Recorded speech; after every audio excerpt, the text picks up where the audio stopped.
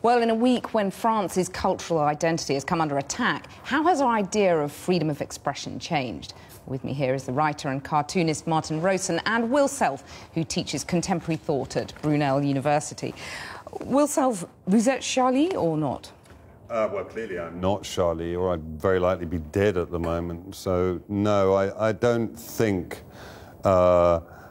you know, my value is free speech, unquestionably, but I think we need to be aware of the fact that free speech comes with responsibilities. Any right comes with a responsibility, and rights can only be constituted within a defined area where they can be enforced in some sense, and the whole problem of our modern world is that's no longer the case. Martin Rowson, there's got to be limits to free speech. I agree with that, boringly enough. I don't like my colleagues being murdered because of what they do, and I do spend most of my time pushing the envelope as far as I can, but within the bounds. You know, I self-censor a lot.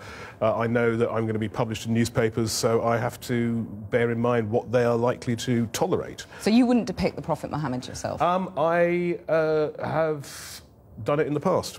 So you haven't self-censored in that respect? Well, no, I haven't, because I got away with it. It was a long time ago. So you wouldn't again? It was after the Danish cartoons farrago, and it was published in a small atheist magazine, and it was a man in a turban with a beard reading a copy of the Island's Post and saying, "Looks nothing like me." But you'd think twice now, you're suggesting? Well, no, because people wouldn't publish it. I mean, the cartoon I wanted to do this week was a very benign, gentle, sweet depiction of the Prophet Muhammad stroking a cat, as he does in the legend about him and his cat Mueza, wearing a Not In My Name T-shirt. But I know no newspaper in this country would publish it for very good reasons, that their staff might get killed.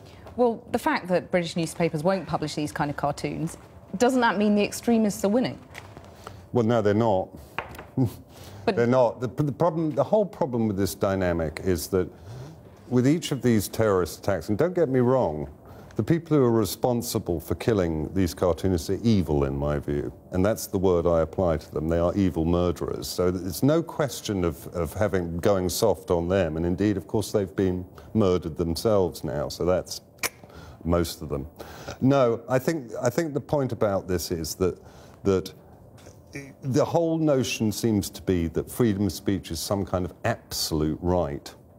And that's exactly the same as a religious point of view, interestingly. It places the human ethics, outside of human society. It makes them something that inhere in the cosmos in some way. And that's not the case. All rights have to be counted with responsibilities. Well, except aren't you allowing the Islamic belief in the Prophet Muhammad, not depicting the Prophet Muhammad, aren't you allowing that to trump other people's beliefs? You always have to ask, with something that purports to be satire, who's it attacking? Are they people who are in a position of power?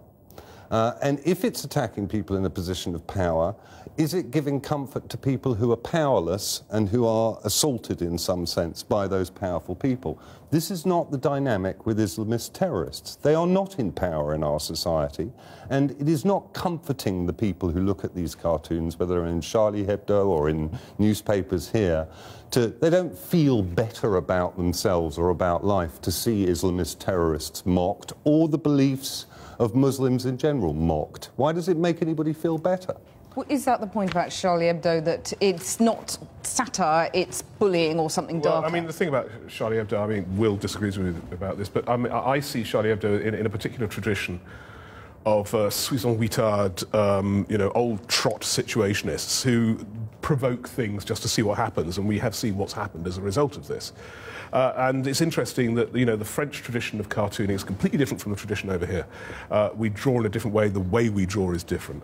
And also, they are very sort of salacious and sexual and provocative and rude, but they don't do rude cartoons about their politicians in the same way we do in their sort of history of Gilray. They should be doing cartoons. Well, maybe they should be. Because with every single terrorist attack, what we see is further curtailments of the rights that we actually hold dear in our democracies. Habeas corpus, due process of law, fair and equal trials by your peers, absence from surveillance, the use of torture by our governments since 9/11. You know, if I were a cartoonist, the people I would be attacking are the security state. And I think it's hugely significant that the French state is now funding a 1 million print run of Charlie Hebdo. So if they're kind of situationist radicals, then what are they doing being in bed with the French government? Let me just get you to reflect at the end of a pretty momentous, not to say tragic, week. There are people who are talking about this being people of all beliefs or none versus a minority of extremists. There are others who are talking about a clash of civilizations. How do you put it? Neither of those things. I think the problem for the French is that they have a conception of themselves as being, in some way, the repository of human rights, freedom, liberté, égalité, fraternité, and they think that they're kind of enlightened in that way.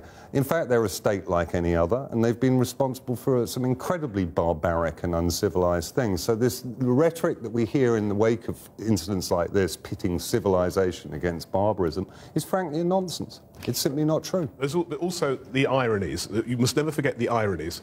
I was invited this evening, I couldn't do it because I was working, to a vigil for Charlie Hebdo, where you were invited to bring along the words to the Marseillaise, which was written when France was a terrorist state, and one of the lines is about irrigating the fields with the blood of our enemies. This is very sanguinary.